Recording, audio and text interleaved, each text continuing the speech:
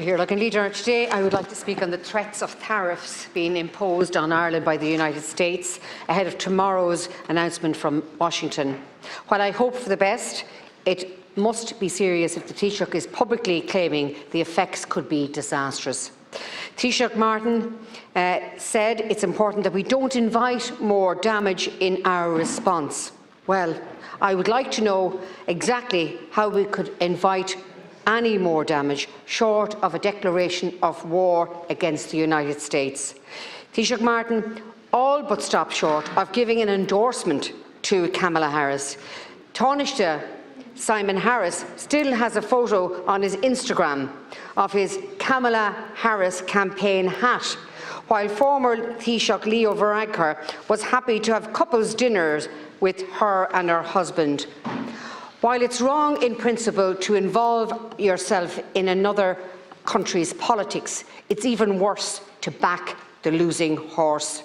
Our political leaders have behaved with horrendous statesmanship and diplomatic acumen for years now.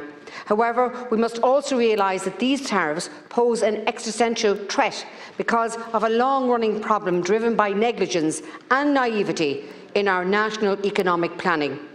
For over 30 years now, Fine Gael and Fianna Fáil have allowed us to fall into those total dependence on US foreign direct investment, ignoring a host of warnings that we needed to divest and invest in our own industries. It's as if our leadership believed that free trade would continue forever, despite the fact that the rest of the world has been trending towards protectionism for nearly a decade now. Minister Dara Calleary claimed that nobody wants tariffs, but this is factually wrong.